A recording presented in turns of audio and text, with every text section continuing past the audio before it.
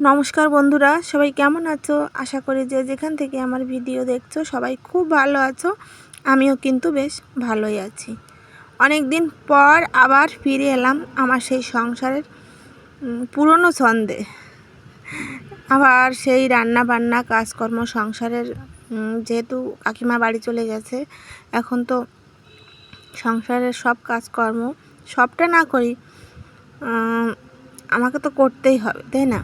সবটা বলতে সকালবেলা বাসি কাজকর্মগুলো যেহেতু একটা দিদি আমাকে করে দিয়ে যায়, বাকি যে কাজকর্মগুলো শাশুড়ি মা আর আমি মিলে ভাগাভাগি করে করে নেব। এখন তো আমি অসুস্থ, তোমরা অনেকেই জানো, তাই কিন্তু শাশুড়ি মাকে টুকিটাকি কাজকর্মগুলো করতে হচ্ছে, উপায় নেই। আমার তো আর কেউ নেই যে সে আমাকে হেল্প করবে। তো দেখো, সকালবেলায় কিন্তু বাসি কাজকর্ম তো দিদি সেরেই দিয়ে গেছে। বাসি কাজ বলতে উঠোন ঝাড় দেওয়া আর বাসন মাজা আর ঘর ঝাড় দেওয়া, তারপর ঘরে তো কত কাজ থাকে, তাই না? সেগুলো কিন্তু আমি করে নিয়েছি আস্তে আস্তে। আর এখন এই যে চা করে নিয়েছি, আর চায়ের সঙ্গে আজকেও মুড়ি নিয়ে নিয়েছি, কলা নিয়ে নিয়েছি। আর এই যে কলাটা দেখতে পাচ্ছ, এটা ছিল সাগর কলা, আমাদের গাছের কলা। নতুন ঘরের পেছনে দুটো কলার কাঁধি পড়েছিল, সাগর কলার কাঁধি, কিন্তু ওই যে গাছটা ভেঙে পড়ে গেছে, এই জন্য কলাগুলো বেশি বড় হয়নি। অনেকটাই বড় হয়, তোমরা তো জানো যে সাগর কলা কত বড় হয়, সেই তুলনায় অনেকটাই ছোট, কিন্তু খেতে খুব মিষ্টি। আর মানে একদম সব কিছু ঠিকঠাক আছে, এত সুন্দর ফ্লেভার সাগর কলার, আমার তো বেশ ভালোই লাগে। কিন্তু কলাগুলো বড় হয়নি, তো কোনো ব্যাপার না, আমরাই বাড়িতে খেয়ে নেব। আরও একটা কাঁদি গাছে এখনও রয়েছে, দেখি সেটা যদি বড় হয়। তো দেখো, এই যে রান্নাবান্না সব জোগাড় যন্ত্র করা কমপ্লিট, মাই করে দিয়েছে। আর এখন আমি সবজিগুলো একটু মনের মতো করে ধুয়ে নেব। আর গরম জল দিয়ে মাছ ধুয়ে রেখেছি। দেখো, এই যে মাছ গরম জল দিয়ে ধোয়ার পরে কত নোংরা বেরোয় মাছ থেকে।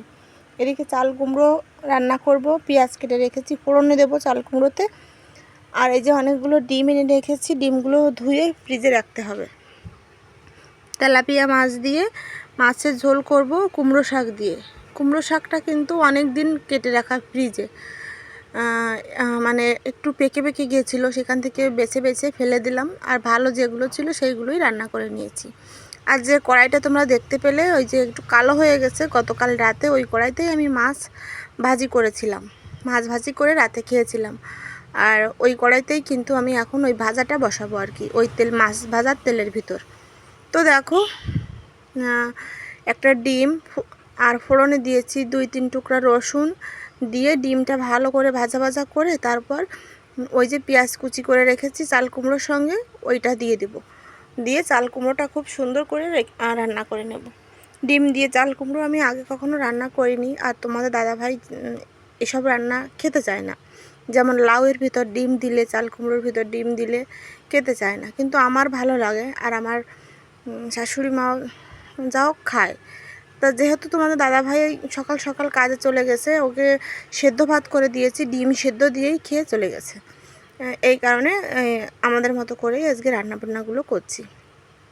আর এই সঙ্গে সঙ্গে কিন্তু আমি রাতের জন্য রান্না করে রাখবো। সেটা কি রান্না করব এখনও চিন্তা ভাবনা করিনি, তবে রান্না করে তোমাদের সঙ্গে শেয়ার করব। তো চলো, কিছুটা কাঁচা লঙ্কাও দিয়ে দিলাম। আর লঙ্কাগুলো গোটা গোটাই দিয়েছি, যেহেতু আমি ঝাল কম খাচ্ছি আর কি, খাচ্ছি না বলবো না, কম খাচ্ছি।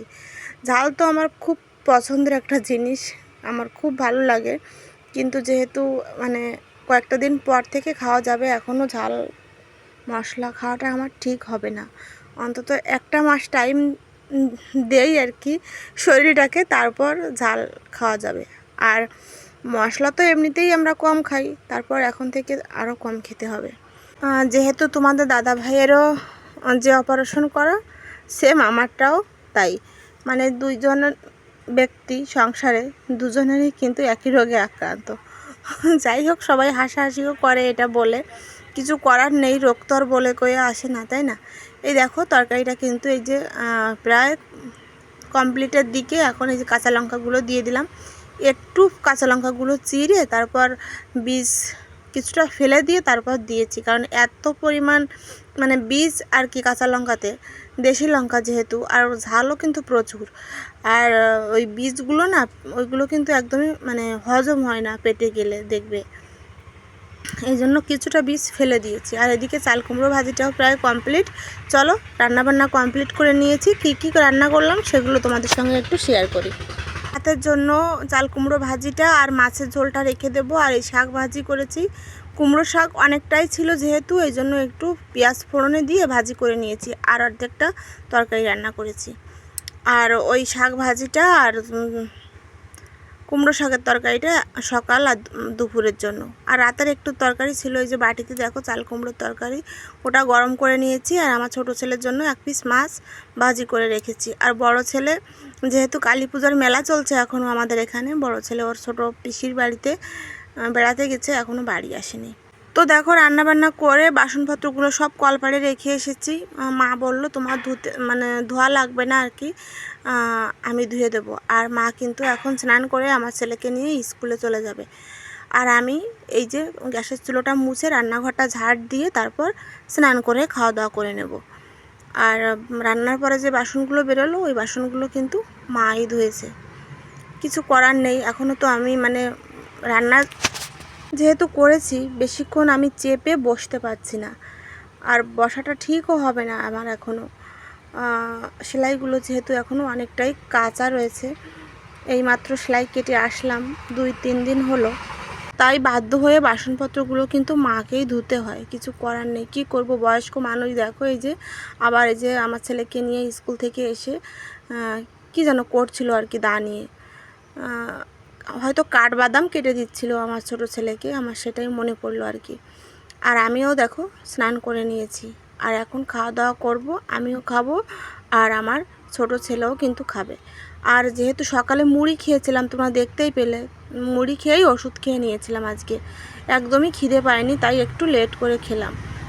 তো চলো এখন খাওয়া দাওয়া করে নেব। আর রাস্তা দিয়ে যাচ্ছে প্রচুর গাড়ি, প্লিজ তোমরা একটু ম্যানেজ করে নিও। ভাত বেড়ে নিয়েছি, আর রোহানকেও কিন্তু ভাতটা মাখিয়ে দিয়েছি, ও নিজে নিজেই খেয়ে নেবে।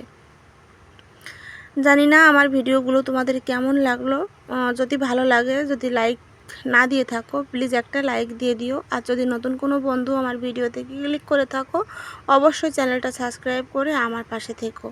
আমি জানি ইদানিং আমার ভিডিওগুলো একদমই ভালো হচ্ছে না, কিন্তু একটু টাইম দাও আমাকে, আমি চেষ্টা করব খুব সুন্দর সুন্দর ভিডিও তোমাদের সামনে নিয়ে আসার। একটু সুস্থ হয়ে নিই তারপর। তো দেখো এই যে এখন প্রায় 3:30-4টে মতো বাজে, রোদ্রে জামা কাপড়গুলো মনে হচ্ছে যেন একদম পাঁপড় ভাজা হয়ে গেছে, এতটা রোদ উঠেছিল আজকে। আর এই জামা কাপড়গুলো এখন তুলে নেব, তুলে এতক্ষণ আমি বিশ্রামই নিচ্ছিলাম, তারপর এখন একটু ফোন ঘাটাঘাটি করব, জামা কাপড়গুলো তুলে রেখে তারপর তো বিকালে রান্না প্রায় সব কমপ্লিট করেই রেখেছি, তোমরা দেখতেই পেয়েছো।